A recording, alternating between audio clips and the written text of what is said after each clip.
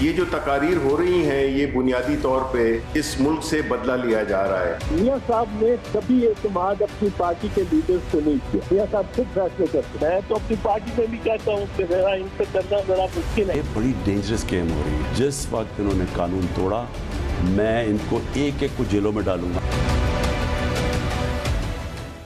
अस्सलाम वालेकुम, पाकिस्तान टुनाइट के साथ मैं हूं सैयद समर अब्बास। नाज़रीन, अक्टूबर का महीना शुरू हो चुका है और इस महीने को पाकिस्तानी सियासत में काफ़ी तलातुम खेज समझा जा रहा है।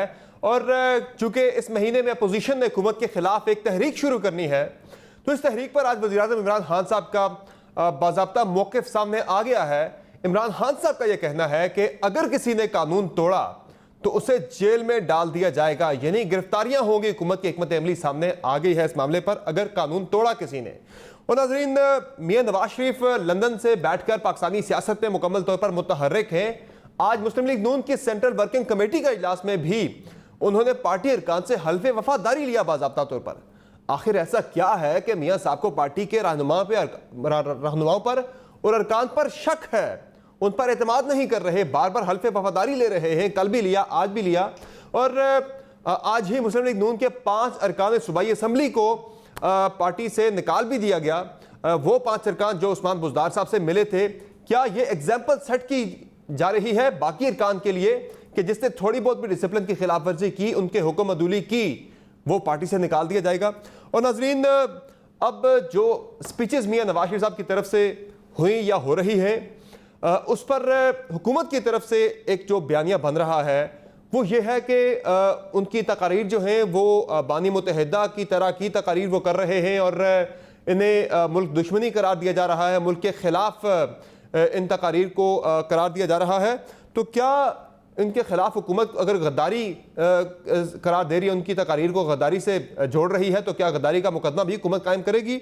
और नाज़रीन, मुस्लिम लीग नून और पीपल्स पार्टी के दरमियान खलीज जो है वो पैदा हो रही है। एक तरफ एतजाज़ अहसन साहब, दूसरी तरफ ख्वाजा आसिफ साहब अपनी अपनी पार्टीज़ को ये बावर करा रहे हैं कि मियां नवाज शरीफ पे, और उधर से कहा जा रहा है कि आसिफ ज़रदारी साहब पे एतमाद ना किया जाए।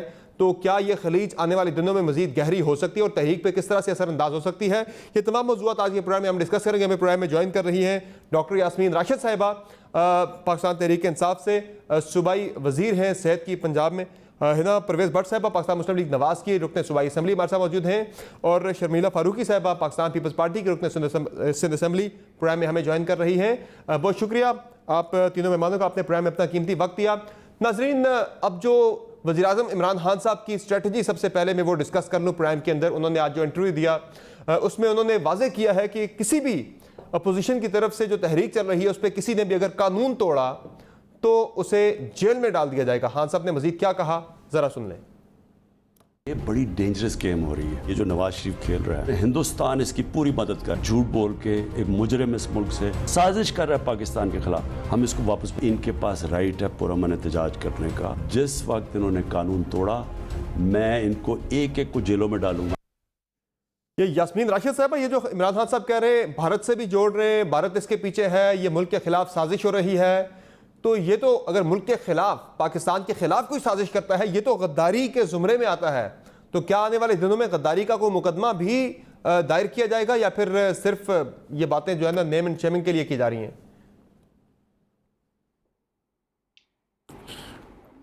इस वक्त जो नवाज शरीफ साहब ने जो भी तकरीर दी है, उनसे तो जो लगता है वो यही लगता है कि उनको, मेरा ख्याल है, पाकिस्तान में अपनी बचत के लिए सारा वो बंदोबस्त करने की कोशिश कर रहे हैं और अपनी दुख्तर जो हैं मरीम नवाज़, उनके लिए कोई जगह बनाने की कोशिश कर रहे हैं।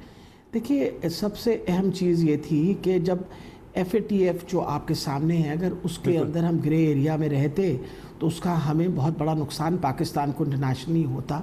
एक एफ़र्ट की गई कि हम उसके अंदर, उन्होंने उनके डिमांड पे कि लॉज ऐसे आए जो वाइट कॉलर क्राइम, और इसके अलावा the second important thing is terror financing जो है, जो आपको पता है जिसने हमें बहुत नुकसान दिया है सारी, अगर हम अपना पास देखें उसके ऊपर अगर लॉज आए हैं तो आप बताइए इसका पाकिस्तान का नुकसान है या पाकिस्तान का फ़ायदा है? नुकसान तो इंडिया का हुआ है। हिंदुस्तान का नुकसान इस बात पे हुआ है कि हम ये लॉज ले आए हैं सामने, क्योंकि इससे पाकिस्तान की वो जो ग्रे एरिया में था वो that has now naturally our internationally our image has improved and who is happy with it? India is happy with it. India को अफसोस हुआ है कि हम ये क्यों लॉस दे। वो तो ये नहीं चाहते थे, वो हमेशा चाहते थे कि पाकिस्तान के हालात ख़राब ही रहे। एक नंबर 2, आपको भी पता है कि इंडिया का agenda has always been anti Pakistan. इसके बारे में तो कोई शक व शुबा होना भी नहीं चाहिए। इंडिया ने हमारे साथ कभी कोई भले की बात नहीं की, हमेशा हमारा नुकसान किया। इस वक्त कश्मीर वो जो लाइन ऑफ कंट्रोल है उस पर मुसलसल वायलेशन हो रही है। आपका इस वक्त कश्मीर के अंदर जो हालात हुए में आपको पता है। आप ये बताइए कि जब हम ये सारी बातें कर रहे हैं which are for the benefit of this country और बेनिफिट ऑफ आवर फ्रेंड्स, तो हम दूसरी तरफ हमारी ऑपोजिशन जो है वो सारी हमारे मुखालफत में ये बात कर रही है कि हम नुकसान। डॉक्टर साहब, जो आपने बात की है, जो आपने बात की है, ये तो आपने इनडायरेक्ट एक लिंकेज आपने एस्टैब्लिश किया कि चूंकि ये ऐसे है तो फिर ये ऐसे होगा। ये तो एजम्पशंस हैं। क्या कोई एक्शनेबल इंटेलिजेंस है कि मियां साहब वाकई में भारत के उसमें एजेंडे पे चल रहे हैं? जी डेफिनेटली। देखिए, आप ये मुझे बताइए कि इस वक्त जो पाकिस्तान का हमदर्द है, जो चाहता है कि पाकिस्तान के हालात बेहतर हों, वो क्यों कहेगा ऐसी बात कि जो ये लॉज आए हैं, रूल्स आए हैं, ये ड्रकोनियन है? आपका क्या ख्याल है, ये रूल्स रेगुलेशंस जो आते हैं वो क्या सिर्फ अपोजिशन के लिए आते हैं? इंपॉर्टेंट ये चीज़ है, जिस नैब के बारे में और जिन अदारों के बारे में ये मुसलसल एतराज़ कर रहे हैं, ये तो उनके ज़माने में बनी ना, हमने तो नहीं बनाई। हम तो अब आए हैं हुकूमत के अंदर। और फिर सबसे बड़ी बात है, जो इतना शोर मचाया इन्होंने कि जी हमारे पे जुल्म हो रहा है। आप बताइए कि नवाज शरीफ साहब की हुकूमत थी, जब नवाज शरीफ साहब डिस्क्वालीफाई, हम थे हुकूमत के अंदर। नवाज शरीफ साहब के ज़माने में ही फिर आपको पता खाकान अब्बासी साहब तशरीफ लाए, हम तो नहीं थे यहाँ। नवाज शरीफ के ज़माने के अंदर इसहाक डार के ऊपर जो इल्ज़ाम लगा, तो इसहाक डार को दौड़ाने वाले कौन थे? ये आपका मतलब है पाकिस्तान के फायदे की बातें कर रहे थे? ये कोई पाकिस्तान को सवाए नुकसान देने की और कोई बात नहीं। डॉक्टर साहब, ये तो सारी असम्पशंस हैं। और दुनिया तो ये कह रहा हूं कि इंडिया की जो बात की जा रही है कि इंडिया के कहने पे मियां साहब पाकिस्तान के खिलाफ साजिश कर रहे हैं, ये कुछ आपके पास सबूत है इसके, या सिर्फ आप ये असम्पशंस हैं, सिर्फ अंदाजे हैं? देखिए असम्पशंस किससे आती हैं? हाउ डू यू अज्यूम कि publicly you are talking against your own people and your own country, और आप बाहर बैठ के अपने मुल्क के खिलाफ बातें कर रहे हैं? आप मुल्क के आप हैं, आइए वापस तशरीफ़ लाएं, आए ना पार्टिसिपेट करें यहाँ प्रॉपरली आके पॉलिटिक्स में। वहाँ दूर बैठ के, और जिस तरह अल्ताफ़ हुसैन साहब ने काम शुरू कर दिया था, वहाँ जाके बड़ी बड़ी तकरीरें आप दें, तो ये तो बहुत बड़ी ज़्यादती है। जाते वक्त तो आपने इस बात का कोई जिक्र नहीं किया था, आप तो अपना इलाज करवाने गए थे। मैं तो आपको पता पर्सनली इनका बहुत ज़्यादा इसी बात पे ख्याल रखा था कि इलाज करवाएं अपना, और इलाज करवा के वापस आएँ। अब उनकी तबीयत बहुत ही ज़्यादा ठीक हो गई है। वहाँ जो तकरीरें, he should come back to Pakistan, come and do his politics here. किसने मना किया उनको? और इमरान खान साहब ने बिल्कुल बात कही है कि आप एहतजाज का किसी पे कोई पाबंदी नहीं है, लेकिन हमेशा याद रखिए कि it should always be a protest which should be peaceful. ऐसी कौन सी बात है? प्रोटेस्ट पे तो कोई भी इनकार नहीं कर रहा, लेकिन अगर जिस तरह का अपना जंगजू कौम बन जाते हैं मौलाना फजलुर रहमान, इस वक्त मैं आपको बात बता दूं, ये एक दूसरे के कंधे के ऊपर चढ़ के बंदूकें इसलिए चला रहे हैं बिकॉज इनकी सर्वाइवल का जंग है इस वक्त, तो सर्वाइव किसी तरीके से। ठीक है शर्मिला फारूकी साहबा, अब जिस तरह के हुकूमत की तरफ से मियां नवाज शरीफ साहब के हवाले से बात की जा रही है, आज शिबली फराज साहब ने भी, वजीर इत्तलात ने भी वाज़े किया, उन्होंने इल्ज़ाम लगाया कि मुल्क के खिलाफ मियां साहब काम करें, मुल्क के खिलाफ तकरीर कर रहे हैं, एंटी पाकिस्तान वो करार दे रहे हैं मियां साहब को। ज़रा शिबली फराज साहब का मैं आपको सुना भी देता हूँ मौक़िफ़ इनका क्या इस बारे में, फिर इस पर आपका कॉमेंट लेते हैं। ज़रा सुनाए जी। ये जो तकारीर हो रही हैं, ये बुनियादी तौर पे इस मुल्क से बदला लिया जा रहा है। तकारीर वो शख्स कर रहा है, धोखा दे के अदालतों को, पूरे सिस्टम को, वो यहाँ से चला गया है और अभी अंग्रेजों के वतन में बैठा है। आप इधर उधर की बातें नहीं करें, आपको चाहिए कि आप सवालों के जवाब इस कौम को दे दें। असासे आपने कैसे बनाए? जी शर्मिला फारूकी साहबा, जिस तरह से इमरान खान साहब ने भी कहा कि इनके पीछे इंडिया है, और शिबली फराज साहब भी कह रहे हैं कि ये मुल्क के खिलाफ हो रहा है सारा कुछ, और उन्होंने बानी मुत्तहिदा के साथ भी आज इक्वेट किया मियां नवाज शरीफ को, उन्हीं के तर्ज़े उन्हीं के नक्शे कदम पे चलते हुए उसी तरह के काम कर रहे हैं मियाँ साहब भी। वो तो उनके खिलाफ तो गद्दारी के यहाँ पे मुकदमात भी कायम हो गए थे, सिलसिला आगे बढ़ा था।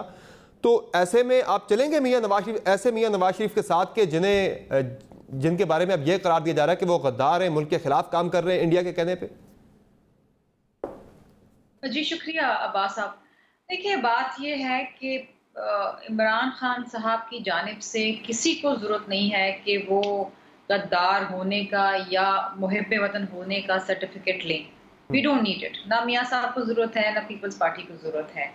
इमरान खान साहब की 2 साल हुकूमत इंतहाई नाकाम, नाअहल और बदनीयत हुकूमत रही है। इन 2 सालों में सिर्फ उन्होंने एक काम किया है कि इनकी नाअहली को एक्सपोज करने पे, इनकी जो करप्शन है उनको एक्सपोज करने पे जिसने भी आवाज़ उठाई है उसको पकड़ के इन्होंने जेलों में डाल दिया है। मैं एहतसाब के खिलाफ नहीं हूँ, ना मेरी जमात एहतसाब के खिलाफ है। हम ये कहते हैं कि अकाउंटेबिलिटी होनी चाहिए, लेकिन अकाउंटेबिलिटी होनी चाहिए अक्रॉस द बोर्ड। चीनी कहाँ गायब हो गई, चीनी क्यों महंगी हो गई, चीनी एक्सपोर्ट कैसे हुई, क्यों हुई, किसने पैसा बनाया, वो नाम आपके सामने, उनका कुछ नहीं हुआ। सही है। मियावकी केस है, आपने देखा कि बनने के 33 दिनों बाद ही वो बंद हो गई। पहले से भी हम बातें कर रहे थे और हम ये कह रहे थे इसमें करप्शन हुई है, इसके अंदर गलत ठेका दिया गया है, कुछ नहीं हुआ। इमरान खान साहब की अपनी जो बहन है, उनकी सिलाई मशीनों का एक मामला है, उसके ऊपर कोई बात नहीं करता, उसके ऊपर कोई एक्शन नहीं लिया जाता। लेकिन उसके बरक्स अगर आप देखें, बहुत आसान है इस मुल्क में किसी भी सियासतदान को गद्दार कह देना। आपको पता है फौज के खिलाफ आप बोले तो आपके ऊपर आर्टिकल 6 लग जाता है, ठीक है। अदलिया के खिलाफ आप बोले तो कंटेम्प्ट लग जाता है। यहाँ सियासतदानों के खिलाफ बोलते रहे, कुछ भी कह दें, कैरेक्टर असैसिनेशन कर दें, कोई कुछ नहीं कर सकता। हम बैठे रहते हैं अपने आप को, हम सफाई देते रहते हैं, सफाई देते रहते हैं, कोई सुनने वाला नहीं होता, कोई दाद रसाई नहीं होती। ये बड़ा आसान है। ये गलत रिवायत है कि आप किसी को मुल्क दुश्मन कहें, आप गद्दार कहें। अगर गद्दार हैं, मुकदमा चलाएं गद्दारी का और फिर कानून के मुताबिक सजा दें। आज जो कह रहे हैं ना इमरान खान साहब, ये कानून के मुताबिक सजा दूंगा, जेलों में डालूंगा। आपका काम नहीं है जेलों में डालना। जेलों में डालना, मुकदमे चलाना, ये अदालतों का काम है।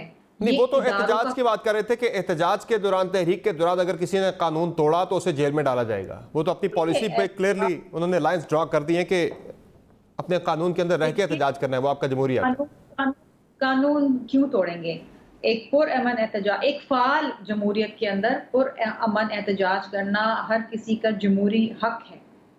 और मैं आपको बताऊं कि पुरअमन एहतजाज, कानून ना तोड़ने वाली बातें करना, ये इमरान खान साहब को भाती नहीं है। क्योंकि आपको पता है कि पीटीवी पे हमला किसने करवाया था, ये आपके सामने है। आपको ये भी पता था कि कंटेनर पे चढ़ के इस्लामाबाद को पूरा हॉल्ट किया था, पूरा सबोटाज किया था, उसने किया था। नुकसान नहीं हुआ मुल्क का। आपको याद है कि चाइनीज प्राइम मिनिस्टर आना था, वो नहीं आ सका। ये और आज भी अगर आप मुझे बताइए, इनकी खारजा पॉलिसी है ही नहीं। कश्मीर से लेकर सऊदी अरेबिया तक फॉरेन पॉलिसी, माशी पॉलिसी नहीं है। बेरोजगारी है, महंगाई है, फ्रस्ट्रेशन है। ये सब हटाने के लिए, तवज्जो हटाने के लिए एक ही काम करते हैं कि जो आवाज उठाएगा उसको जेल में डाल दो। This is it। और अगर इनसे आप सवाल पूछेंगे, इनका जवाब एक जवाब है, पिछली हुकूमतें थी, पिछली हुकूमतें ये कर गई हैं, आपने 2 साल में क्या किया, इसका जवाब इनके पास नहीं है। ठीक है। अच्छा यास्मीन राशिद साहिबा, आपने बात की, मियाँ साहब अब बड़े हशाश बशाश, बड़े सेहतमंद दिखाई दे रहे हैं। जब जा रहे थे आपने उनके हालात पे तरस खाया कि वो बड़े बीमार हैं और उन्हें जाना चाहिए। आपको अब लग रहा है कि मियाँ साहब बीमार नहीं है, बिल्कुल ठीक है, सेहतयाब है, मुकम्मल तौर पर कोई बीमारी नहीं है? आज जब आप उनकी तकारीर देखती हैं, उन्हें चलता फिरता देखती हैं, गुफ्तगू करते देखती हैं, मीडिया टॉक करते देखती हैं? देखिए जी, जहाँ तक बीमारी का ताल्लुक है, वो तो मेरा ख्याल है बहुत अरसे से बीमार थे। हमारी इतला के मुताबिक 2003 से उनकी बीमारियां साथ चल रही थी। जब वो प्राइम मिनिस्टर थे तब भी आपको अगर याद हो तो सर्जरी हुई थी उनकी, डॉक्टरों पे एतमाद के उनको बिल्कुल नहीं था और वो इंग्लैंड चले गए, वहाँ जाके अपने दिल का इलाज करवाते रहे। आपको याद है ना, जब सारी कैबिनेट भी इंग्लैंड चली गई थी, क्योंकि हम तो फिर आधी हुकूमत जो वो इंग्लैंड से चला रहे थे। बेटी जो थी उनकी, वो यहाँ बैठ के कैबिनेट की मीटिंग्स लेनी थी। आपको भूली तो नहीं है ये बातें ना? I hope you remember all those things. बिल्कुल उनकी सर्जरी हुई थी। बीमारी का ताल्लुक है, एक बंदा आता है, मैं बतौर doctor and being a health minister, और कंसर्न मैं आपको बात बताऊं कि इमरान खान साहब भी इंक्लूडिंग द चीफ मिनिस्टर, हर बंदे का ये कंसर्न था कि इफ़ ही इज़ अनवेल हमें उनको अच्छे से अच्छी इलाज करना चाहिए। 14 दिन वो हमारे पास रहे, हमने उनका बाकायदा इलाज किया।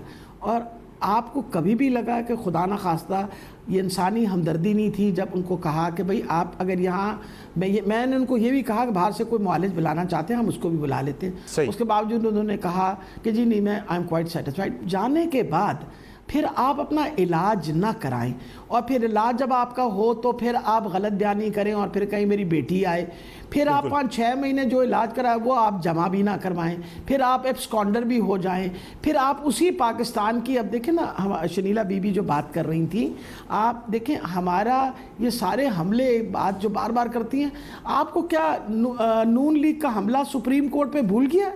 Have you forgotten that by any chance? अल्लाह करे कि आप ना भूलें जितना जुल्म वो था कि जब आप सुप्रीम कोर्ट पे किसने हमला किया? नून लीग वालों ने हमला किया।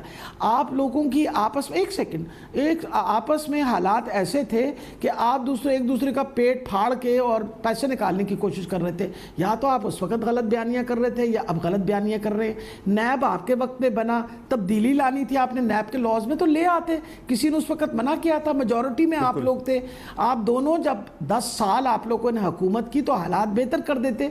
ये आपके बनाए हुए अदारे हैं और ये केस हमारे आने से पहले के चल रहे हैं, और अगर नैब ने पकड़ा हुआ है तो आप बताइए ये वो अदारे हैं जो आपने बनाए, बंदा भी आपने लगाया, जो इस वक्त नैब के हेड है वो भी नून लीग ने लगाया। गलती फिर हमारी बात नहीं। मैं एक आखिरी बात जरूर कहना चाहूँगी। देखिए इस वक्त आप ये फरमानी थी कि हमारे इस वक्त जो हालात हैं हमने बहुत ख़राब कर रखे हैं अपने फॉरेन उसके अफेयर्स के। अफ़गानिस्तान की सुलह करवानी, उसके अंदर the role that Pakistan has played will be remembered in history. हम जंग करवाने वाले लोग नहीं हैं, हम सुलह सफाई करने वाले लोग हैं। आपका इस वक्त चाइना के साथ जो ताल्लुकात हैं they are at their possibly best. फिर सबसे बड़ी बात है आपने ये फरमाया क्या किया हमने, मैं आपको बताती हूँ हमने क्या किया। सारी दुनिया इस वक्त एक पेंडेमिक में से गुजर रही है जिसने इस वक्त पूरी इकोनॉमी दुनिया की तबाह करके रख दी है। पाकिस्तान अल्हम्दुलिल्लाह विद प्रॉपर एफर्ट डन, जिसके अंदर सारे हम शामिल थे। आप बताइए इस वक्त कोविड में जो हालात है पाकिस्तान के साथ आपके इंडिया है, आपका हमसाया मुल्क इंडिया है, बिल्कुल बहुत अच्छे हालात है, बहुत अच्छे हालात है, बिल्कुल credit to what is being done good. बिल्कुल सिचुएशन अच्छी कोविड के हवाले से हमारी अल्हम्दुलिल्लाह। लेकिन जो मेरा आपसे सवाल था वो मियां साहब की सेहत के हवाले से था। आज जब आप मियां साहब को तकरीर करते देखती हैं, उन्हें चलते फिरते देखती हैं, उन्हें आप प्रेस कॉन्फ्रेंस करते देखती हैं, तो क्या आपको भी आप महसूस होने लग गया है कि धोखा हुआ आपके साथ उस वक्त? यानी कि यहाँ सेंटर से तो बातें करते हैं लोग कि धोखा हुआ है, आपको भी आप हो रहा है यकीन कि वाकई में धोखा हो गया? जी मुझे तो बड़ी तकलीफ हुई है कि एक वादा करके एक बंदा जाए और अपने आप को कहता है कि जी मैं लीडर हूँ पाकिस्तान का और मैं 3 दफ़ा प्राइम मिनिस्टर हूँ, और फिर वो गलत बयानी करें और धोखा दें, अपनी कौम को खुद धोखा दें। भैया आप सियासत करनी है, वापस तशरीफ़ लाएं। जेल में रहना बड़ा मुश्किल काम होता है। तबीयत तो इसलिए हशाश बशाश होगी कि जेल पसंद नहीं थी उनको, तो वो जो अब एवनफील्ड अपार्टमेंट्स में जहाँ रहते हैं वो बड़ी आरामदेह जगह है। सवेरे उठते हैं, आराम फरमाते हैं, वो पढ़ते हैं, अखबार पढ़ते हैं, तो तबीयत ठीक ही होनी है ना उनकी, कोई बेहतर तो इसीलिए होगी ना तबीयत। But if you want to become a real leader I think you need to come back to Pakistan. और कोविड के बारे में अगर वहाँ आपका इलाज नहीं हो रहा क्योंकि कोविड के हालात इंग्लैंड में बहुत ख़राब हो गए हैं, तो आप पाकिस्तान तशरीफ़ लाएं, इंशाल्लाह हम आपका बाकायदा इलाज करेंगे और आप बहुत बेहतर हो जाएंगे। लेकिन डॉक्टर साहब आज भी आपके लोग जो है वो इस पर बड़े शक का इजहार कर रहे हैं, और मरीम नवाज साहब आपकी बड़ी तारीफ कर रही थी। बाय द वे आज मैं चाहता हूँ पहले मरीम नवाज साहब वाला सुना देता हूँ आपको कि वो आज आपके बारे में क्या बात कर रही थी रिपोर्ट्स को लेकर। मियां साहब की जरा सुनाइए जी। यास्मीन राशिद साहिबा के खिलाफ मैंने 3 दफा इलेक्शन लड़ा। यकीन माने मेरे दिल में उस औरत की इज्जत आज बढ़ गई है। वो कह रही है कि नवाज शरीफ की रिपोर्ट सही थी, नवाज शरीफ की रिपोर्ट्स गलत नहीं थी, तो अपनी ही हुकूमत को आईना दिखाना हर किसी के बस की बात नहीं है। वो कह रही है आज यास्मीन राशिद साहब अपनी हुकूमत को आईना दिखा रही है, ये किसी के बस की बात नहीं। आपकी बड़ी तारीफ कर रही है और आपके वुज़रा आपके बारे में क्या कह रहे हैं जरा वो भी सुन लें जी। कल गुलाम सरवर खान साहब ने हमारे प्रोग्राम पे हमारे चैनल पे बात की, जरा उनको भी सुन लें आप जरा। ये मैनिपुलेशन है और साजबाज करके इन्होंने मेडिकल बोर्ड को मैनिपुलेट किया और उससे अपनी मर्ज़ी की रिपोर्ट्स ली। जो डॉक्टर साहिबान उस बोर्ड में शामिल थे, जिस बोर्ड की बुनियाद पे कोर्ट्स ने उन्हें रिलीफ दिया, उन्हें बेल आउट किया, जिस बोर्ड की रिकमेंडेशन पे कैबिनेट ने उसे बड़ा हमदर्दाना गौर किया और उन्हें जाने की इजाज़त दी, तो कम अज़ कम उस बोर्ड के ख़िलाफ़ तो ज़रूर प्रोसीड। आप भी एग्री करती हैं गुलाम सर खान साहब के से कि उस बोर्ड के खिलाफ जिसने क्लियर किया मियां साहब की रिपोर्ट्स उस वक्त दी, उसके खिलाफ कार्रवाई होनी चाहिए, और जो मरीम नवाज साहब ने तारीफ की उस पर भी जरा कमेंट कीजिएगा। देखिए जी, अच्छा जी, सबसे बड़ी बात है कि मरियम बीबी से मैं ये कहना चाहती हूँ कि मैंने जब ये बात कही कि मुझे तकलीफ़ हुई है कि हमने हमदर्दाना हर तरीके से उनका ख्याल रखने के बावजूद, और मैं आज भी आई am standing with my board के जो बोर्ड ने रिपोर्ट दी है उस रिपोर्ट के साथ हम इसलिए खड़े हैं कि उस वक्त उनको इडियोपैथिक थ्रोम्बोसाइटोपेनिक परपरा की वजह से उनके प्लेटलेट काउंट बहुत कम हो गए थे। हमने उनका इलाज किया, यहाँ 8 हफ्ते लगते हैं उसका प्रॉपर रिस्पांस होने में। By the time he reach England उनके रिपोर्ट ठीक हो गई। हम तो उम्मीद ये रखते थे कि एक कमिटमेंट एक बंदा करके गया है, ये रिपोर्ट कैसे ठीक हो गई वहां जाके? यहाँ रिपोर्ट उनकी ठीक नहीं थी, वहां जाके कैसे ठीक हो गई? इसका मतलब है मैनिपुलेशन यहाँ पे हुई या वहां पे हुई, कहीं तो हुई है फिर? नहीं, बिकॉज देखिए मैं आपको ये नॉट एट ऑल, आप जब एक पेशेंट को थ्रोम्बोसाइटोपेनिक परपरा हो तो उसका इलाज जो है when we put the immunoglobulins और उस इम्यूनोग्लोबुलिन्स के साथ स्टीरॉइड्स पे डाला जाता है तो definitely there is a response, और वो रिस्पांस जो था वो एक पॉजिटिव यहाँ ही आना शुरू हो गया था।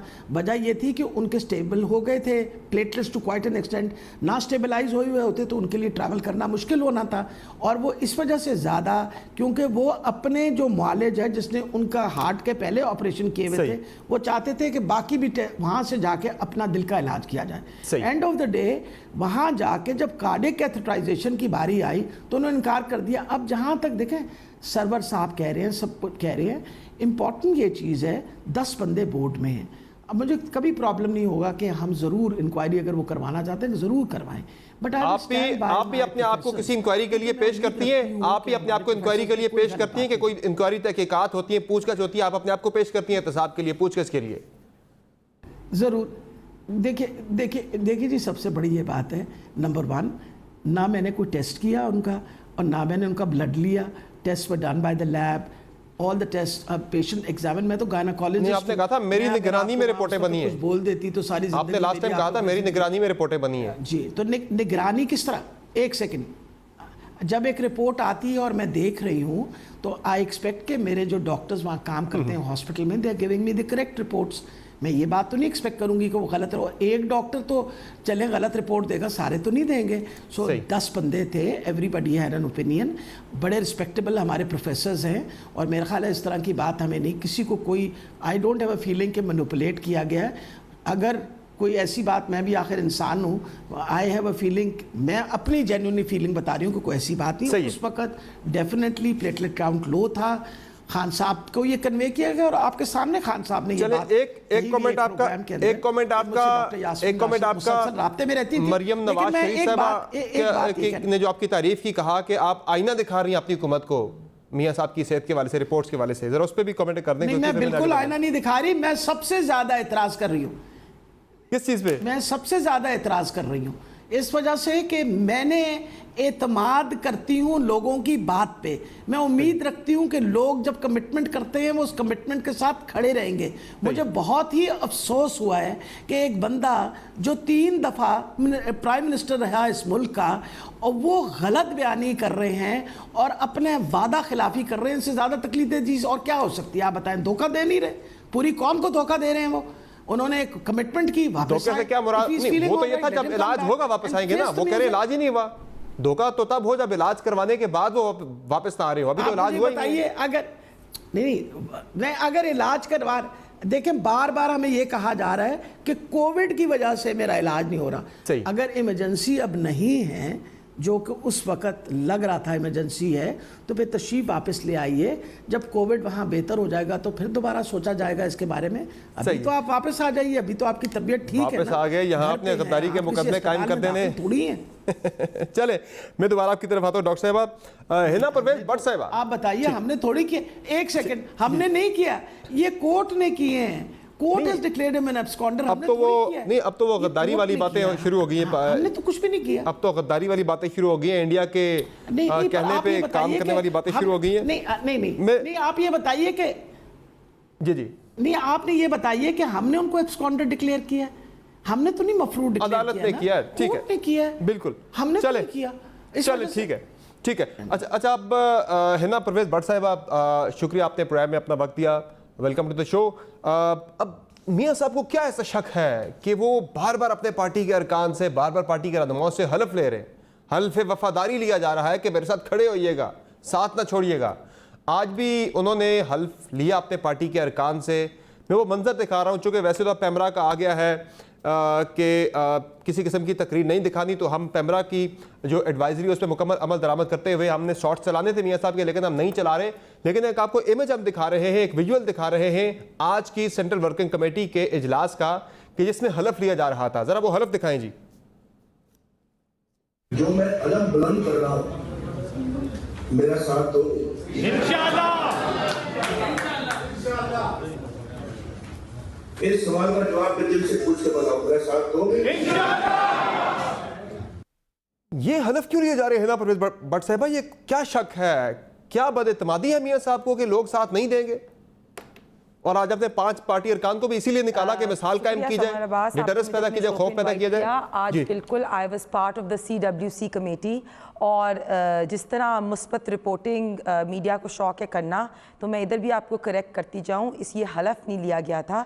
मियां साहब ने कहा था कि अवाम और सिविल सुप्रीमेसी के लिए और आइन को कॉन्स्टिट्यूशन साउंड बाइट है हिना परवेज भट्ट साहिबा, जिसमें वो हलफ कह रहे हैं। आप लोग खड़े हलफ लेता हूं, वो हलफ का वर्ड यूज किया मियां साहब ने। मैं वो चला नहीं सकता, पैमरा की पाबंदी आ गई है, मैं वो आपको भेज दूंगा अभी ब्रेक के दौरान, आप खुद सुन लीजिएगा अगर आपको याद है। मैं वही कह रही हूं, समझ आप मेरी बात कंटिन्यू करने दें, आप दरमियान में मुझे काटे नहीं, बिकॉज़ आप मुझे काटते हैं तो अब आप अपनी बात करें। हलफ की बात फर्क है। आपने कहा है हल्फ वफादारी, मैं आपकी वफादारी की वर्ड पे कॉन्ट्रडिक्ट करती हूँ, और मैं आपको इसीलिए दोबारा ये बात कह रही हूँ कि हमने, मियां साहब ने कहा था कि मैं खड़ा हूँ अवाम के लिए, मैं सिविल सुप्रीमेसी के लिए खड़ा हूँ, वोट की इज्जत दो के लिए खड़ा हूँ। आप लोग मेरे साथ खड़े हैं। अगर हम लोग खड़े होंगे, सबसे पहले हम अवाम के नुमाइंदे हैं, हम लोग MPAs हैं, MLAs हैं, हम लोग पार्लियामेंट में क्यों लिया जा रहा है? हमारी रिस्पॉन्सिबिलिटी है कि अपने वोटर्स की हम आवाज़ पार्लियामेंट तक पहुंचाएं। हमें पहले खड़ा होना चाहिए, हम खड़े। उन्होंने यही बात की, पार्लियामेंट में जाना आसान है लेकिन बाहर निकलना अवाम के लिए मुश्किल है, तो इसीलिए सबसे पहले आप ऑप्ट करते हैं कि आप अवाम के लिए बाहर निकलेंगे, तो हमने हाथ खड़ा किया और मियां साहब ने हाथ खड़ा किया, और इसके बाद अवाम को हम ऑन बोर्ड लेंगे। शक है तो तभी हल्फ लिया जाता है, किसी से वादा लिया जाता है कि तुम वादा कल को वादा खिलाफी ना कर दो, इसलिए हल्फ लिया जाता है, वादा लिया जाता है। ये क्यों ले रहे? शक है मियां साहब को कहीं ना कहीं।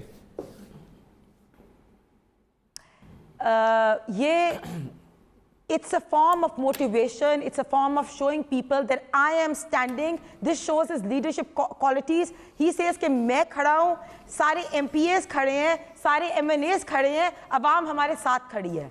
तो मैं दोबारा आपको कहूँ, ये मियां साहब की लीडरशिप कैपेबिलिटी है कि उन्होंने बताया है कि हम सारे खड़े हैं। और आप बात करते हैं, अभी आपने जैसे स्टार्ट की बात, पहली बात है कि मैं आपने गुलाम सरवर साहब की बात की, तो गुलाम सरवर साहब का वो बयान तो आप शो करें जिसमें उन्होंने PIA और सारी हमारे जो ओवरऑल पायलट्स थी उनको बदनामी की नेशनल लेवल पे। अभी तक हम बदनाम हो रहे हैं, पहली बात। दूसरी बात, डॉक्टर यास्मीन राशिद मेरी बड़ी ऑनरेबल कुलीग हैं, मेरे साथ असेंबली में भी है। बिल्कुल आप सही कह रहे हैं, मैं उधर बैठी हुई थी जब मरियम नवाज साहिबा ने यास्मीन राशिद साहिबा की बड़ी तारीफ की।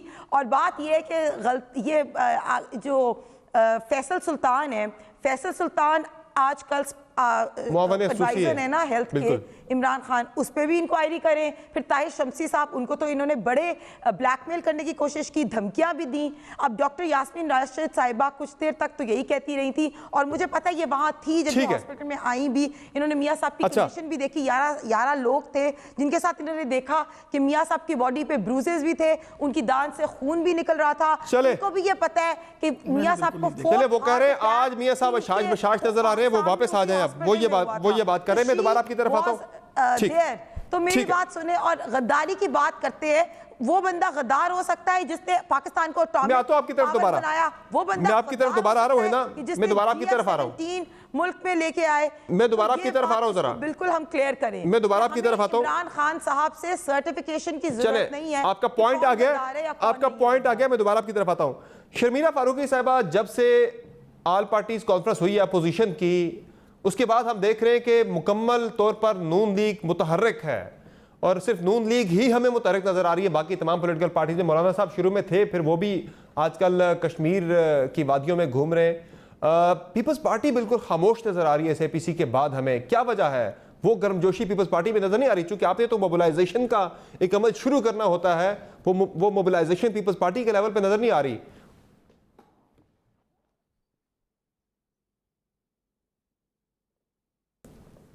जी शर्मिला फारूकी साहिबा, मोटिवेशन, चले मोटिवेशन मुझे नजर नहीं आ रही ओवरऑल पीपल्स पार्टी के लेवल पे। चले यहाँ एक ब्रेक ले लेते हैं नाज़रीन, ब्रेक से वापस आते हैं तो यही सवाल दोबारा हम रखेंगे शर्मिला फारूकी साहिबा के सामने कि पीपल्स पार्टी क्यों खामोश है SAPC के बाद? सिर्फ नून लीग ज़्यादा मुतहर्रिक नजर आ रही है, वो ज़्यादा अपने कारकुनान को मोटिवेट करती नजर आ रही है, और पीपल्स पार्टी नून लीग के दरमियान भी कुछ चल रहा है, कुछ गड़बड़ चल रही है, वो भी बताएंगे ब्रेक के बाद। हमारे साथ रहेगा।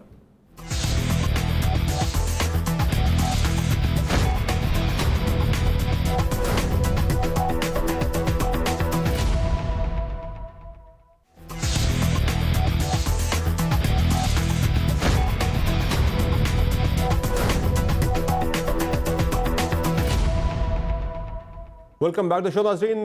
शर्मिला फारूकी साहब, ब्रेक से पहले मैंने आपसे आपके लिए सवाल छोड़ा था कि जब से APC हुई है उसके बाद मुस्लिम लीग नून ही हमें ज़्यादा मुतहर्रिक दिखाई दे रही है, पॉलिटिकल एक्टिविटी हमें नज़र आ रही है, वो अपने जलसे भी शुरू कर रहे हैं, गुजरावाला से उनके अपने जलसे भी हो रहे हैं। पीपल्स पार्टी बिल्कुल खामोश नज़र आ रही है इस सारी MPC के बाद। कुछ सोच बदल तो नहीं रही जिस तरह की तकारीर PMLN की तरफ से आ रही हैं? समर अब्बास साहब, मेरा ख्याल है कि आपका ये कहना कि पीपल्स पार्टी खामोश है, ये मैं समझती हूँ कि ये मैं इस पर बिल्कुल 100% डिसएग्री करूँगी। पीपल्स पार्टी ने ऑल पार्टीज कॉन्फ्रेंस कॉल की और वो एक बहुत कामयाब कॉन्फ्रेंस थी। तमाम अपोजिशन हुकूमतें जो हैं वो इकट्ठा हुई और एक एजेंडे पे आई, और ये नहीं था कि वो बैठे चाय पी खाना खाया और बर्खास्तन हो गए। वहाँ पर एक जॉइंट एलानिया आया जिसमें बताया गया कि ये मुल्क के इश्यूज हैं, इस तरीके से हमें आगे चलना है, ये मसाइल का हल होना ज़रूरी है। फिर एक प्लान ऑफ एक्शन बाकायदा तारीखों के साथ बताया गया कि पहले 3 फेज के अंदर चीज़ें होंगी। पहले फेज में ये होगा, दूसरे में ये होगा और तीसरे में जनवरी 2021 में ये होगा।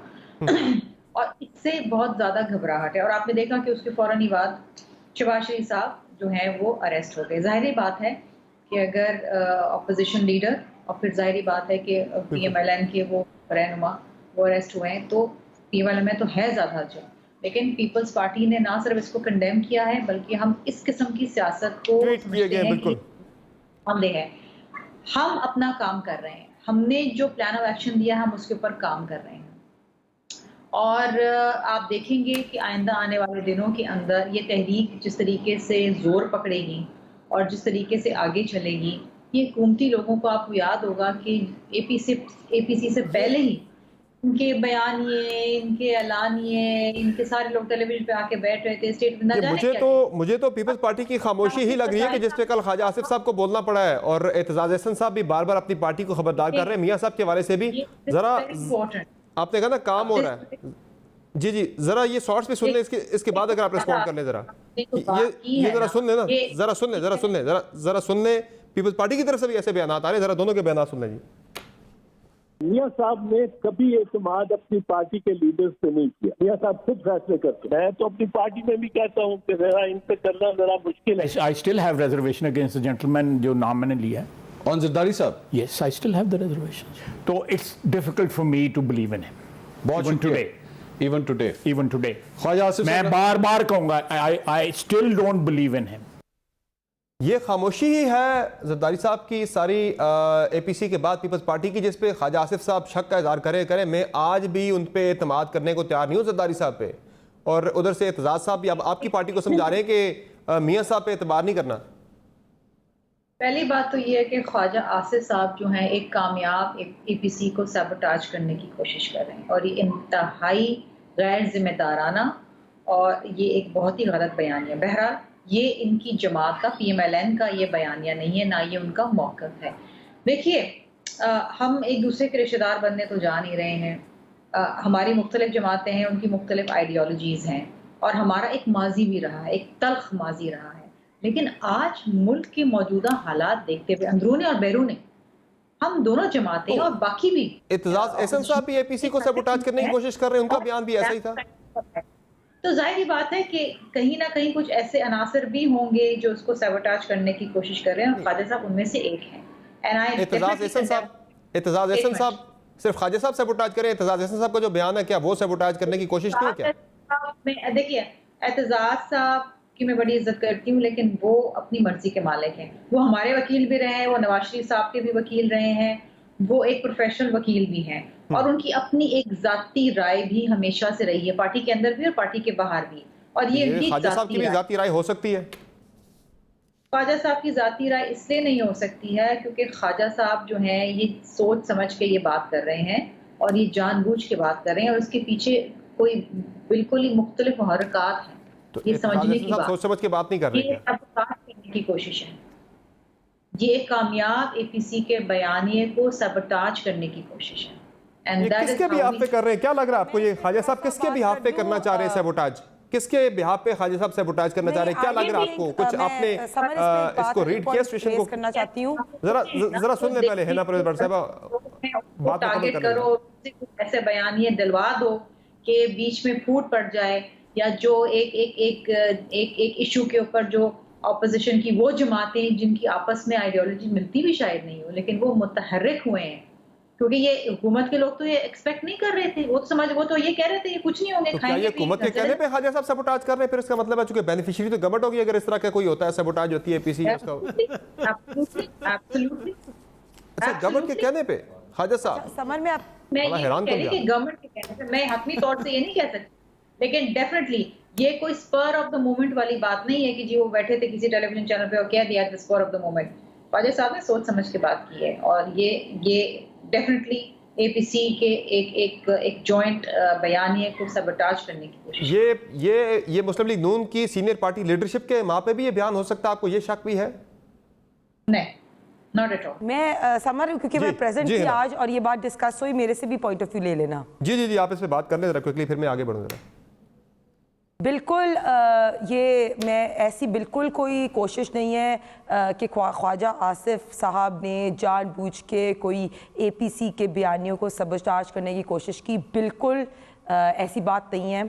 ख्वाजा साहब का एक ये पर्सनल ओपिनियन था जो आई थिंक अब चेंज हो गया है क्योंकि सारी पार्टी लीडरशिप और मियां मोहम्मद नवाज शरीफ साहब का भी ये तो नहीं आई है अभी तक कोई पब्लिक सरदारी साहब के साथ PPP के साथ खड़े हैं और अगर ख्वाजा साहब ने कोई पर्सनल लेवल पे कोई बात की तो वो बिल्कुल APC को सबटाज करने के लिए नहीं है क्योंकि आज ख्वाजा आसिफ साहब भी वहाँ मौजूद थे और उन्होंने भी इस तरह क्लियरली ये बात की कि APC के सारे बयानिए पे जो रेजोल्यूशन में पॉइंट्स डिसाइड हुए हैं हम सब पे खड़े हैं, सिविल सुप्रीमेसी के लिए खड़े हैं, पार्टी ने उनसे वजाहत तलब की है कि मियां साहब ने उनसे वजाहत दी आज इस्तीफों के लिए खड़े हैं। तो बिल्कुल ऐसी बात नहीं है कि ख्वाजा आसिफ ने मियां साहब ने आज CWC के इजलास में क्या ख्वाजा साहब से कोई वजाहत मांगी इस पे कि आपने ये बयान क्यों दिया? चूंकि पीपल्स पार्टी तो ये समझ रही है कि वो सबटाज कर रहे हैं APC को, ये बड़ा सीरियस मामला है। आपने 5 MPs को सस्पेंड को फारिग कर दिया, पार्टी से निकाल दिया कि वो गुजरात साहब से मिले जाके, यहाँ जो APC को सबटाज करना तो ज्यादा बड़ा जुर्म है। जी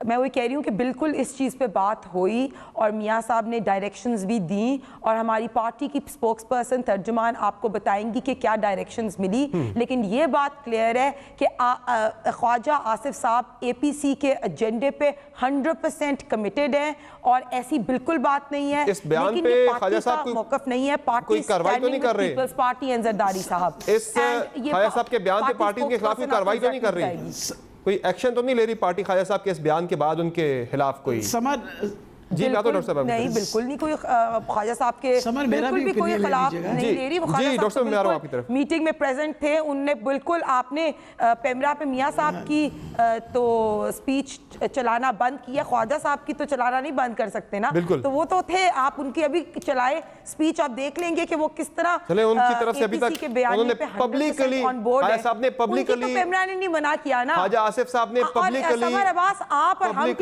तो सिविलियन सुप्रीमेसी के लिए खड़े हैं ना, आप क्यों पेमरा के नोटिसेस जो है उनको मानते हैं? पेमरा रेगुलेटर है, पेमरा रेगुलेटर है, एक कानून है। नहीं देखे है ना प्रेसिडेंट साहब, कानून मौजूद है, देखे नहीं देखे कानून मौजूद है, कानून मौजूद है और सुप्रीम कोर्ट का इस पे हुक्म भी मौजूद है। हम कवानीन की खिलाफ वर्जी नहीं कर सकते किसी किस्म की, कोई भी एक कानून मौजूद है, हम उस कानून के तहत जो है नहीं चला रहे।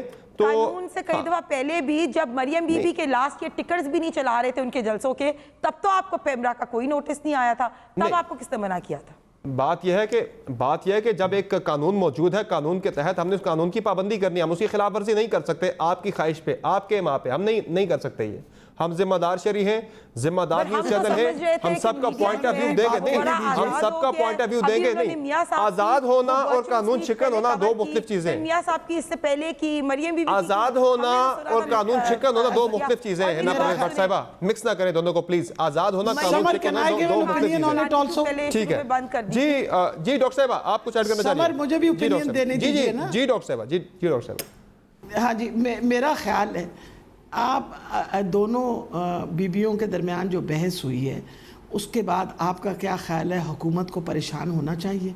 सबसे बड़ी ये बात है ये गिरफ्तारियां क्यों हो रही है? एतजाज अहसन साहब ने बिल्कुल सही बात बयान दिया। एक सुनिए एतजाज अहसन साहब ने बिल्कुल सही बात की। उन्होंने कहा कि मियाँ साहब के ऊपर कोई एतबार नहीं करना चाहिए। आपका ख्याल है मियाँ साहब बार बार क्यों कमिटमेंट्स ले रहे हैं? क्योंकि सारी ज़िंदगी खुद गलत बयानियाँ करते रहे।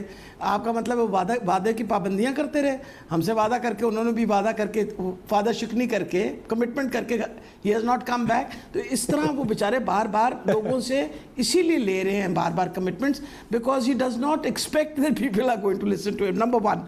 नंबर टू, मियाँ साहब ने कहा था मेरे डॉक्टर्स जब अलाउ करेंगे मैं आ जाऊंगा, जब मियाँ साहब के डॉक्टर्स अलाउ करेंगे एक एमपीए बीबी do not interrupt when I, आपने जितना अरसा बोला मैंने, यास्मीन राशिद साहिबा मेरा नाम भी है, एमपीए बीबी नहीं हूं मैं, नाम ले ले, मेरा नाम सीख ले प्लीज। हाँ, नाम भी सीख ले। मैंने आपको बताया कि आप मिनिस्टर हैं, लेकिन मैंने आपको हिना बीबी कहा है, Hina Bibi and MPA, will you please listen to what I have to say and stop talking in between? Hina Bibi जो कि एक एमपीए हैं, आपको टीवी पे नसीहत दे रही हैं कि आप कानून शिकनी करें। आप इनकी कानून की पाबंदी का कुछ आपको एहसास हुआ है कि ये कितने कानून पे पाबंद हैं, या कितनी इज्जत करते हैं ये अपने अदारों की, या कितना ये पास रखते हैं अपने अदारों के? ये आपको टीवी पे बैठ के बता रही है कि आप कानून शिकनी करिए। This is what is the सबक which is normally taught to them। सही है, चले। धरने के दिनों में आपने तो पीडीपी पे अटैक किया था, पार्लियामेंट पे अटैक किया था, आपने तो बिल फाड़े थे, सिविलियन डिसोबीडियंस मूवमेंट। मेरा ख्याल है आप दरमियान में तो ना बोले, मैंने तो आपने जो अभी बात की है उसके जिक्र किया है कि आप खड़े होके एक टेलीविजन पे आके कानून शिकनी की बात मैं कह रही हूँ बिल किसने फाड़े थे, गैस के बिल किसने फाड़े थे कंटेनर पे? अच्छा ये डॉक्टर साहब आपने कहा जी कानून तोड़ो, जी तो डॉक्टर साहब फिर ये बात करना चाह रही, जब आप खुद कह रही हैं कि आपको परेशान होने की जरूरत नहीं है, तो ये परेशानी पर नजर क्यों आ रही है वुज़रा के बयानात में, आपके एक्शंस में? खान साहब कह रहे हैं मैं गिरफ्तार कर लूंगा पकड़ के। देखिए दो बातें बड़ी इंपॉर्टेंट है। सबसे बड़ी बात है उन्होंने ये बात कही कि आप everybody has a right to peaceful, बिल्कुल उन्होंने सब बिस्मिल्लाह, बिल्कुल ऐसा है, हर बंदे को इजाज़त है कि आप बिल्कुल पुरअमन एहतजाज करें, कोई भी नहीं मना करेगा, बिल्कुल किसी किस्म की कोई ममानियत नहीं है। पर आपको भी पता है कि गॉड फॉरबिड अगर ये एहतजाज वायलेंट, और पर्टिकुलरली आप जहाँ तक मौलाना फजलुर रहमान साहब का ताल्लुक़ है, you do realise what he does. और सबसे बड़ी बात है सेक्टेरियज़म, और जिस तरह रिलीजन का कार्ड प्ले किया जाता है। मुझे बड़ा अफसोस है कि पीपल पार्टी वाले हमेशा always very careful where religious cards were concerned. अब वो भी शायद बहुत डेस्परेट हो गए हैं and they're ready to work against all this. ये चीज़ें बड़ी अहम हैं. आप जब रिलीजियस कार्ड्स प्ले करने शुरू कर दें अपने मुल्क के अंदर, आप खुद इमेजिन कर सकते हैं कि किस किस्म की तबाहियाँ आ सकती हैं. ठीक है. तो मेरा ख्याल है इस वक्त जो आपके सामने बात आ रही है, इमरान खान साहब ने कहा आपको हर बंदे को इतराज है प्रोटेस्ट करने के लिए. चले वो प्रोटेस्ट की असल में एक हिस्ट्री, बहुत रिसेंट हिस्ट्री देखें तो प्रोटेस्ट के अंदर कुछ कानून शिकनियां हुई थी, कुछ वादा खिलाफियां हुई थी कि चौधरी निसार साहब वजीर दाखिला थे, उनसे वादा हुआ था कि हम सिर्फ अपारा तक आएंगे, लेकिन वो डी चौक के अंदर भी घुस गए थे, पार्लियामेंट का गेट भी तोड़ दिया गया था, जंगला भी तोड़ दिया गया था, पीटीवी पे भी अटैक हो गया था. बहरहाल ये हिस्ट्री तो मौजूद है. अब भी इस तरह की चीज़ें हो सकती हैं. जब प्रोटेस्ट होता है तो वायलेंट भी हो सकता है, इसका बिल्कुल इम्कान मौजूद होता है. बहरहाल ब्रेक लेते हैं, ब्रेक से वापस आएंगे. तो चूंकि मियां साहब अपनी पार्टी के अरकान से, अपनी ही पार्टी के अरकान से हेल्प ले रहे हैं, तो वो पीपल्स पार्टी जिसके साथ नून लीग की एक हिस्ट्री मौजूद है पीछे, कन्फ्रंटेशन की, इख्तलाफात की, क्या ये पार्टियां भी एक दूसरे से हेल्प लेंगी या ले चुकी हैं? बातों की ब्रेक के बाद हमारे साथ रहेगा.